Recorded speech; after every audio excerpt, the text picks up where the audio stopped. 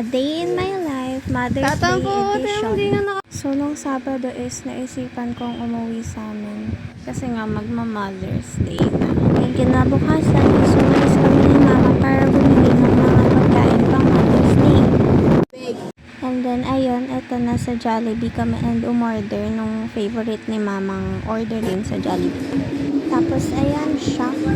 And nag-Watson na din kami ni Mama kasi may binigay na pang Mother's Day si ate sa kanya. Then, nag-aantay na lang kami para sa halo-halo. Tapos, ayun, nauhaw nga si Mama. And then, ayan, pauwi na kami.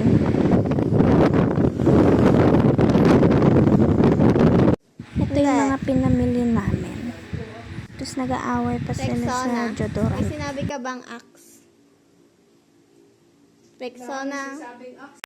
Tapos, ayun nga, mas gusto ni Mama yung matcha na kinuha ni Kuya. Hindi nga nakangiti ng ano. Oh, sarap nga, brownies. Tapos. Lamig. So, yung mga in-order pala namin dyan is matcha, then brownie, tsaka yung akin is yung presidential. Tapos, ayun, kumain na lang kami. Brownie kuya, oh. Bakit ka dito, oh?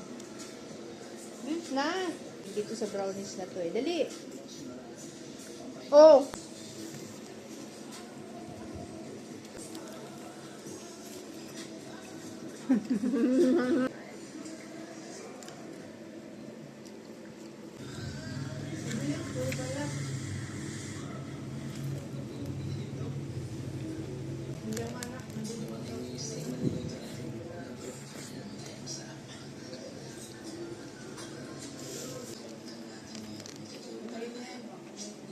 Ayun o.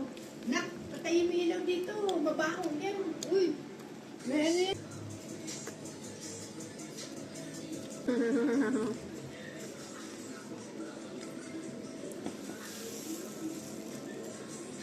So, ayun lang para sa araw na to. Happy Mother's Day sa lahat ng nanay.